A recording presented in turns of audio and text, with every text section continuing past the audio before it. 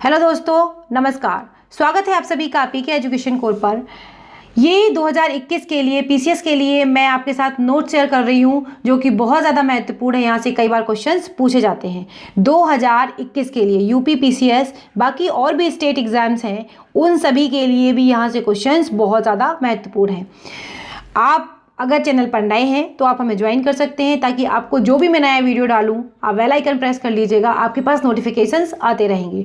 और अगर आपको नहीं आपने ज्वाइन किया है तो डायरेक्ट आप पीके एजुकेशन कोर पर जाइए और वहां पर जाकर अगर आप देखेंगे यूपी पीसीएस 2021 की पूरी एक सीरीज़ है, आप इसे वहाँ से देख सकते हैं। सभी के सभी टॉपिक मैंने वहाँ पर डाले हुए, एक तरीके के रिविज़न नोट्स हैं। इनके लिए मैं ये नहीं कहूँगी कि बहुत ज़्यादा डीप में आपको नॉलेज देंगे, लेकिन एक तरीके के पूरे ये रिविज़न नोट्स हैं।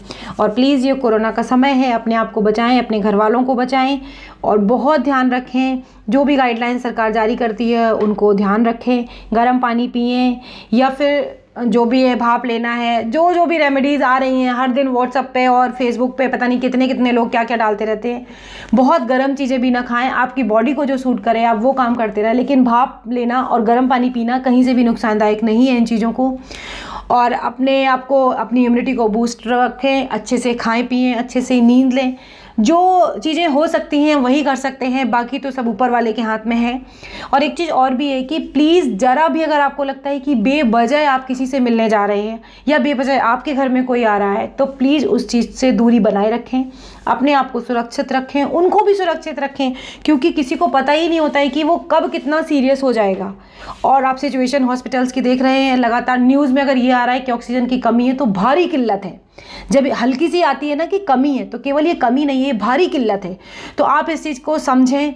हॉस्पिटल्स पहुंचने के बाद लोग ज़्यादा ख़राब तरीके से ख़त्म हो जा रहे हैं। 2 घंटे पहले इंसान बात कर रहा है और उसके 2 घंटे बाद उनको पता चल रहा है कि उनके परिवार का सदस्य है ही नहीं। तो सिचुएशन बहुत ज़्यादा नाजुक है। आप अगर अपने आप को और फिर अपने परिवार को अगर बचाना चाहते हैं, सबसे बड़ा आज के टाइम में यही एक युद्ध है कि अपनी फैमिली को आप सुरक्षित रखें। तो प्लीज़ मैं सबसे यही रिक्वेस्ट करूंगी, जिन लोगों की मजबूरी है, जिन लोगों को रोटी कमाने के लिए बाहर जाना है, उनकी बात अलग है, लेकिन जो बच्चे हैं या जो महिलाएं हैं, प्लीज़ गैदरिंग से बचें, कहीं भी मत जाएं। अपने शरीर का और अपने परिवार का सबका ध्यान रखें। मैं ज़्यादा कुछ किसी से नहीं कह सकती, सबको ही समझदार है तो ज़्यादा बताने की ज़रूरत नहीं है, लेकिन जो भी गाइडलाइन सरकार जारी करती है उनको कृपया करके फॉलो करें। आपकी ही जान के लिए बहुत ज़्यादा महत्वपूर्ण है। आज के टाइम में जो अस्पताल व्यवस्था है या हॉस्पिटल व्यवस्था है वो बिल्कुल सरमरा गई है, इतने ज़्यादा केसेस बढ़ गए हैं। तो उनको ध्यान में रखते हुए सारी चीज़ें करनी पड़ी सरकार को, आप भी उसमें उसका सपोर्ट करिए। तो चलिए शुरू करते हैं अपनी क्लास को। अगर बात थोड़ी लंबी हो गई है उसके लिए सॉरी। देखते हैं कि बौद्ध, जैन एवं जो अन्य साहित्य हैं उनके बारे में। लास्ट लेक्चर में मैंने आपको बताया था वेदों के बारे में और पुराणों के बारे में, उनमें से कौन कौन से क्वेश्चन वहाँ से पूछे जा सकते हैं। ये सब आपको मिल जाएगा, अगर आप देखना चाहें ल्यूसेंट में आपको मिलेगा और भी बहुत सारी बुक्स है वहाँ पर भी मिलेगा, लेकिन मैं आपको एज अ नोट्स बताते हुए यहाँ से चल रही हूँ ताकि आप उनको नोट डाउन करते रहें। तो चलिए शुरू करते हैं। बौद्ध, जैन एवं अन्य साहित्य। जातक कथाओं के बारे में बहुत बार पूछा जाता है और केवल शब्द ये लिख दिया जाता है जातक से हमें क्या पता चलता है। तो जातक में बुद्ध की पूर्व जन्म की हमें क्या मिलता है, कहानी मिलती है। जातक कथाओं से क्या मिलता है, हमें बुद्ध के पूर्व जन्म के बारे में जानकारी मिलती है। हीनयान का प्रमुख ग्रंथ क्या है, कथा वस्तु है, जिसमें महात्मा बुद्ध का जीवन चरित्र अनेक कथाओं के साथ वर्णित है। वीडियो देखें और अच्छा लगे तो लाइक करना बिल्कुल ना भूलें। चैनल पर नए हैं तो सब्सक्राइब कर लीजिएगा। जैन साहित्य का आगम, जैन साहित्य को क्या कहा गया है, आगम कहा जाता है। जैन धर्म का प्रारंभिक जो इतिहास है वो हमें कल्प सूत्र से ज्ञात होता है। कई बार ये पूछ लिया जाता है कल्प सूत्र हमें किसके बारे में बताता है, तो आपको पता होना चाहिए जैन धर्म के बारे में बताता है। आप लिखते जाइएगा बाकायदा लाइन से, आप ऐसे लिख लीजिएगा, ऐसे बनाइएगा, सॉरी आप ऐसे करते जाइएगा जैसे आपने लिख लिया यहाँ पर बौद्ध। अब बौद्ध में क्या क्या महत्वपूर्ण पॉइंट्स हैं वो सारे के सारे ऐसे लाइन से अपने नोट्स के तौर पर इनको छोटे छोटे पॉइंट में बताते जाइएगा। फिर ऐसे लिख लीजिएगा जैन, जैन के बारे में जो भी महत्वपूर्ण पॉइंट्स हैं वो सारे के सारे आप नोट डाउन करते चलें। तो कल्प सूत्र से हमें ज्ञान होता है किसका, जैन धर्म का।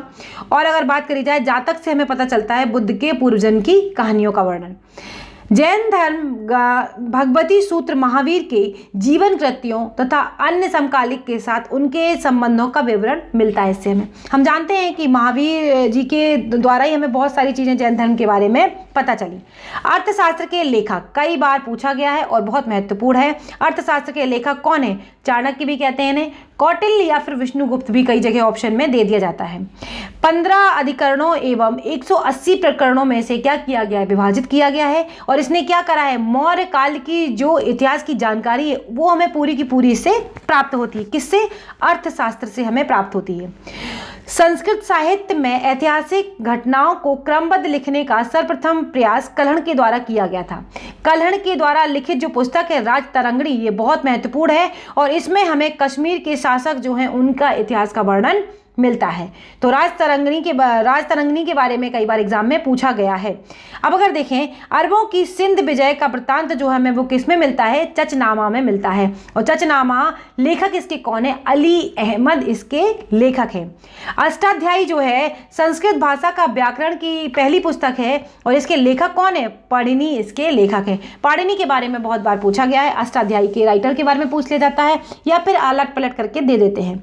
इसमें भी मौर्य से पहले का इतिहास तथा मौर्य युगीन राजनीतिक जो व्यवस्था है उसकी जानकारी हमें मिलती है। अष्टाध्यायी में पहली बार लिपि शब्द का प्रयोग हुआ है। पहली बार लिपि शब्द का प्रयोग कब हुआ है? अष्टाध्यायी में। कात्यायन की गार्गी संहिता, ये भी बहुत महत्वपूर्ण है। गार्गी संहिता क्या है? एक ज्योतिष ग्रंथ है। ये गार्गी संहिता एक ज्योतिष ग्रंथ है और किसके द्वारा लिखी गई है? कात्यायन के द्वारा ये लिखी गई है। फिर भी इसमें भारत पर होने वाले यवन आक्रमण का उल्लेख मिलता है। पतंजलि पुष्यमित्र शुंग के पुरोहित थे। कौन थे? पतंजलि, जिसे आज के नाम से अगर आप जाने तो पतंजलि जो थे वो पुष्यमित्र शुंग के पुरोहित थे। इनके महाभाष्य से शुंगों के इतिहास का पता चलता है। अब आगे देखते हैं विदेशी यात्रियों के विवरण के बारे में कौन कौन सी हमें जानकारी मिलती है और काफ़ी ये महत्वपूर्ण भी है। अगर देखा जाए तो देखिए यूनानी रोमन लेखक, अब यूनानी रोमन लेखक कौन से थे? टेसीसियस, हेरोडोटस और सिकंदर के साथ ये जो निराकस, अर्नेसिक्रट्स और मेगास्थनीज और डाइमेकेसिस, इनके बारे में ज़रा देखते हैं। तो टेसीसियस के बारे में देखते हैं। ये ईरान का एक राजवैद्य था। क्या था? ईरानी राजवैद्य था। भारत के संबंध के बारे में इसने अपना विवरण और आश्चर्यजनक कुछ कुछ कहानियां बताई हैं। हेरोडोटस का क्या है? इनको, ये बहुत महत्वपूर्ण है, इनको क्या कहा जाता है? इतिहास का पिता कहा जाता है इनको। हिस्टोरिका इनकी पुस्तक है। इसमें 5वीं शताब्दी ईसा पूर्व के भारत फारस जो संबंध थे, मतलब भारत और ईरान के, उसके संबंध का इन्होंने विवरण दिया हुआ है। तो सबसे महत्वपूर्ण क्या है? हेरोडोटस है। इन्होंने हिस्टोरिका पुस्तक लिखी है और 5वीं शताब्दी के ईसा पूर्व इन्होंने भारत और फारस के संबंधों का विवरण भी दिया है। क्वेश्चन 3 देखते हैं। इसमें क्या है कि सिकंदर के साथ आने वाले लेखकों में कौन से थे? निराकस था एक, तो आनेसिक्रेटस था तथा अरिस्टोबुलस के विवरण अधिक प्रमाणिक एवं विश्वसनीय। इनके जो प्रमाण दिए गए वो अधिक ज़्यादा विश्वसनीय हैं। मेगास्थनीज कौन था? मेगास्थनीज के बारे में बहुत ज़्यादा बार पूछा गया है, ये भी काफ़ी इंपॉर्टेंट है। सेल्यूकस निकेटर का ये एक राजदूत था जो चंद्रगुप्त मौर्य के दरबार में आया था और इसने अपनी पुस्तक इंडिका के लेखक ही आपको कई बार पूछा जाता है, इंडिका के लेखक कौन है? मेगास्थनीज। तो इंडिका में मौर्य युगीन समाज एवं संस्कृति के विषय में भी लिखा है। डाइमेकस कौन है? ये एक सीरियन नरेश थे। अंतियोकस का राजदूत था। किसका राजदूत था? अंतियोकस का, जो बिंदुसार के दरबार में आया था। डाइमेकस के बारे में बस इतना ही पूछा जा सकता है, मुझे लगता है कि किसके दरबार में आया था और अगर ये कहाँ का लेखक था, यूनानी रोमन लेखक था, इस तरीके से कह सकते हैं, तो बिंदुसार के राज दरबार में ये आया था। इसने भी विवरण भी मौर्य युग से ही संबंधित विवरण इसमें दिया हुआ है, क्योंकि जिस समय पर जो आएगा उसी समय का विवरण तो दिया जाएगा। डायनेसियस को देखते हैं। ये मिस्र के नरेश थे। टालमी फिलेडेल्फस का राजदूत था जो अशोक के दरबार में आया था। ये काफ़ी महत्वपूर्ण है। डायनोसियस जो था अशोक के दरबार में आया था और टालमी जो थे फिलेडेल्फस, इनके ही राजदूत थे। टालमी कौन थे? इसने 2वीं शताब्दी में भारत का भूगोल, बहुत ही ज़्यादा महत्वपूर्ण नामक पुस्तक टालमी के द्वारा लिखी गई है। प्लिनी भी बहुत ज़्यादा महत्वपूर्ण है। इन्होंने नेचुरल हिस्ट्री नामक पुस्तक लिखी है। इसमें इन्होंने पशुओं के बारे में, पेड़ पौधों, खनिजों पदार्थों आदि के बारे में विवरण दिया है। पेरिवल्स ऑफ द एरिथ्रियंस सी। इस पुस्तक के लेखक के बारे में जानकारी नहीं है। यह लेखक करीब 80 ईसा से में हिंद महासागर की यात्रा पर आया हुआ था। तो इसके बारे में नहीं, लेकिन प्लानी और टालमी और इनके बारे में आपको जानना बहुत ज़्यादा ज़रूरी है। जहाँ पर भी नोट्स बनाते चल रहे हो वहाँ ज़रूर लिखते चलें। अब देख लेते हैं चीनी लेखक। चीनी लेखक के बारे में आप जानते हैं, अक्सर कर पूछा जाता है। फाहियान, सुइंगन और हेनसुआंग। यह चीनी यात्री गुप्त नरेश चंद्रगुप्त द्वितीय के दरबार में आए थे। इसने अपनी विवरण में मध्य प्रदेश के समाज एवं संस्कृति के बारे में वर्णन किया है। इसने मध्य प्रदेश की जनता को सुखी एवं समृद्ध भी बताया था और 14 वर्षों तक ये भारत में रहा था। अब देखते हैं सयुगन का क्या है। यह 518 ईस्वी में भारत आया था। इसने अपने 3 वर्षों में बौद्ध धर्म की प्राप्तियां एकत्रित की थीं। और हेनसुएंग के बारे में अगर देखते हैं, 629 ईस्वी में ये आए थे और ये चीन से भारतवर्ष के लिए प्रस्थान किया और लगभग 1 वर्ष की यात्रा के बाद सर्वप्रथम वह भारतीय राज्य कपिशा पहुंचा था। कहाँ पहुंचा था? हेनसुएंग की अगर बात करी जाए, सबसे पहले ये कहाँ पहुंचा था? कपिशा। भारत में 15 वर्षों तक रहकर इसने 645 ईस्वी में चीन लौट गया और बिहार के नालंदा जिले स्थित नालंदा विश्वविद्यालय में अध्ययन करने तथा भारत से बौद्ध ग्रंथों को एकत्र कर ले जाने के लिए ये आया था। देखिए चीनी यात्री कितने आए थे, इन्होंने भारत से सारे के सारे बौद्ध ग्रंथ इकट्ठे किए थे। इसका भ्रमण वृत्तांत सीयू की नाम से, किस नाम से? सीयू की। हेनसुएंग का जो यात्रा वृत्तांत है वो सीयू की नाम से प्रसिद्ध है। ये काफ़ी महत्वपूर्ण भी है। 138 देशों का विवरण मिलता है इसमें। इसने हर्षकालीन समाज, धर्म तथा राजनीति के बारे में भी वर्णन किया है। इसके अनुसार सिंध का राजा शूद्र था। हेनसुएंग ने बुद्ध की प्रतिमा के साथ साथ सूर्य और शिव की प्रतिमाओं का पूजन भी किया था। हेनसुएंग के अध्ययन के समय नालंदा विश्वविद्यालय के कुलपति कौन थे? आचार्य शीलभद्र थे। यह विश्वविद्यालय बौद्ध दर्शन के लिए बहुत ही ज़्यादा प्रसिद्ध था। इत्सिंग के बारे में अगर देखते हैं, यह 7वीं सदी के अंत में भारत आया था। इसने अपने विवरण में किसके बारे में बताया? नालंदा विश्वविद्यालय और विक्रमशिला विश्वविद्यालय के बारे में वर्णन किया हुआ है। कई बार ये भी पूछा जाता है। अब थोड़ा सा अरबी लेखक के बारे में देख लेते हैं। अरबी लेखक में क्या है? अल-बरूनी कौन था? यह महमूद गजनबी के साथ भारत आया था। अल-बरूनी ख्वाजिम या खीव का रहने वाला था। कहाँ का रहने वाला था? खीव का रहने वाला। आज के टाइम में से कह सकते हैं तुर्कमेनिस्तान। अरबी में लिखी उसकी कृति किताब उल हिंद या फिर तहकीक-ए-हिंद, भारत की खोज इसे कहते हैं, आज भी इतिहासकारों के लिए एक महत्वपूर्ण स्रोत है। अल-बरूनी से और कोई महत्वपूर्ण चीज़ हो ना हो, इनकी जो किताब है किताब उल हिंद, ये बहुत ज़्यादा महत्वपूर्ण है। इसके बारे में इतिहासकार आज भी इसे जानकारी एकत्रित करते हैं। यह एक विस्तृत ग्रंथ है जिसने सारी चीज़ों के बारे में यहाँ पर बताया है। आगे देखते हैं इब्न बतूता। इब्न बतूता क्या है? इब्न बतूता में देखें कि इसके द्वारा अरबी भाषा में लिखा गया उसका यात्रा वृत्तांत रेहला। क्या है? रेहला। इब्न बतूता के द्वारा लिखा गया यात्रा वृत्तांत क्या है? रेहला कहा जाता है। 14वीं शताब्दी में भारत उपमहाद्वीप के सामाजिक तथा सांस्कृतिक जीवन के विषय में बहुत ही प्रचुर तथा सबसे रोचक कहानियां ये देता है। 1833 में दिल्ली पहुंचने पर उसकी विद्वता से प्रभावित होकर सुल्तान मोहम्मद बिन तुगलक, किसने? सुल्तान मोहम्मद बिन तुगलक ने इसे दिल्ली का काजी या न्यायाधीश नियुक्त किया था। किसे? इब्न बतूता को किया था। ये बहुत ही महत्वपूर्ण पॉइंट है कि इब्न बतूता किसके शासनकाल में आया था, किससे संबंधित था, ये सारी चीज़ें पूछी जा सकती हैं। तो मोहम्मद बिन तुगलक के टाइम पर। अब अन्य लेखक में देख लेते हैं, ये सारे कोई बहुत ज़्यादा महत्वपूर्ण नहीं है। तारानाथ हो गया, मार्को पोलो हो गया, इनकी कोई ज़्यादा कई बार ये पूछे भी नहीं जाते। पुरातत्व संबंधी साक्ष्य जो मिलने वाले उनको देख लेते हैं। भारतीय पुरातत्व शास्त्र का पितामह कहा जाता है किसे? सर अलेक्जेंडर कनिंघम को। किनको कहा जाता है? सर अलेक्जेंडर कनिंघम को। ये सभी के सभी महत्वपूर्ण है। मैं जल्दी से जल्दी इसको कंप्लीट कराना चाहती हूँ, इसीलिए आपके साथ इसे करा रही हूँ। 1400 ईसा से पूर्व अभिलेख बोगास कोई जो है से वैदिक देवता मित्र, वरुण और इंद्रनाथस्य के नाम मिलते हैं। कई बार पूछ लिया जाता है ये भी, लेकिन बोगास कोई कहाँ पर है ये भी पूछ लिया जाता है।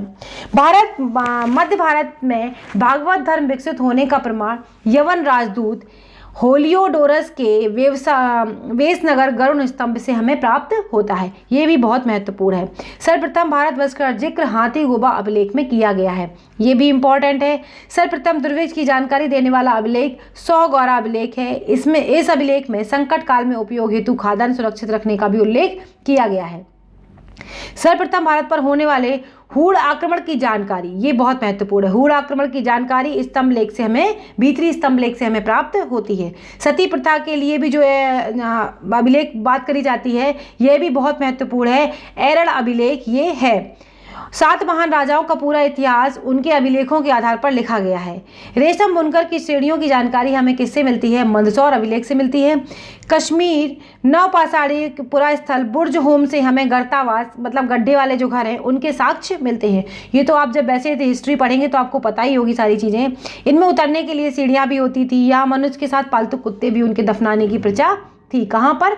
बुर्ज होम में।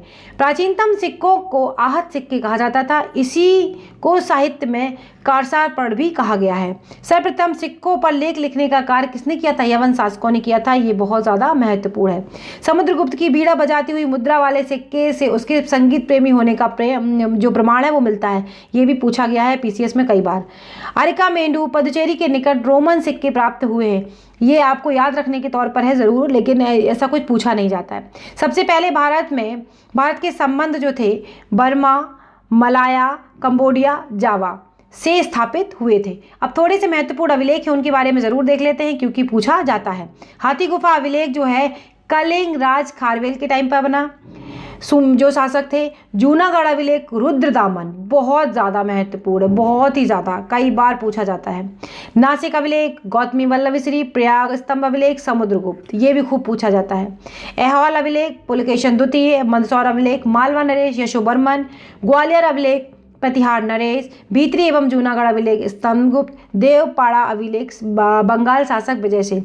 आप ये मान के चलिए ऐहोल वाला बहुत महत्वपूर्ण है, प्रयाग स्तंभ बहुत महत्वपूर्ण है, और जूनागढ़ और हाथी गुफा ये सारे के सारे बहुत ही ज़्यादा महत्वपूर्ण हैं। इनको ज़रूर लिख लें। जो अभिलेखों का अध्ययन करते हैं उसको क्या कहा जाता है? उसको कहा जाता है एपिग्राफी कहा जाता है उसे। उत्तर भारत के मंदिरों की कला की जो शैली है वो नागर शैली एवं दक्षिण भारत के मंदिरों की कला क्या कहलाती है? द्राविड़ शैली भी कहलाती है। नागर कहाँ की कहलाती है? उत्तर भारत की, और द्राविड़ कहलाती है दक्षिण भारत की। तो अगर द्राविड़ से आप कनेक्ट करके देखेंगे तो आपको दक्षिण भारत की समझ में से आ जाएगी। दक्षिणापथ के मंदिरों के निर्माण में नागर और द्रविड़ दोनों शैलियों का प्रभाव पड़ा, अतः यह बेसर शैली कहलाती है। कहाँ के? दक्षिणापथ के मंदिर जो थे। आगे देखते हैं पंचायतन। पंचायतन क्या है? शब्द मंदिर रचना शैली से संबंधित है। यह एक हिंदू मंदिर तब पंचायतन शैली कहा जाता है जब मुख्य मंदिर 4 सहायक मंदिरों से घिरा हुआ होता है। मंदिर के उदाहरण में कंदरिया हो गया, महादेव मंदिर जैसे कि खजुराहो में है, और दूसरा कौन सा है? कई बार ये भी पूछ लिया जाता है कंदरिया मंदिर कहाँ पर है, तो आपको पता होना चाहिए। और क्या है? ब्रह्मेश्वर मंदिर कहाँ पर है? भुवनेश्वर में है। लक्ष्मण मंदिर कहाँ पर है? खजुराहो में है। लिंगराज मंदिर भुवनेश्वर में है। दशावतार मंदिर देवगढ़ उत्तर प्रदेश में है। गोर्णेश्वर मंदिर महाराष्ट्र में है। सबसे ज़्यादा पूछे जाते हैं कदरिया महादेव मंदिर पूछ लिया जाता है, और लक्ष्मण मंदिर या फिर लिंगराज मंदिर, इस तरीके के पूछ लिए जाते हैं। तो ये सारी की सारी चीज़ें आपको एज अ नोट्स के तौर पर आपके पास होनी चाहिए। ये पूरा वीडियो था जो मैंने आपके साथ डिस्कस किया। अगर आपको वीडियो अच्छा लगा हो तो प्लीज़ लाइक कर देना, शेयर कर देना। चैनल पर नए हैं तो सब्सक्राइब ज़रूर कर लेना। अगले वीडियो में फिर मिलेंगे, तब तक के लिए बाय बाय दोस्तों, नमस्कार।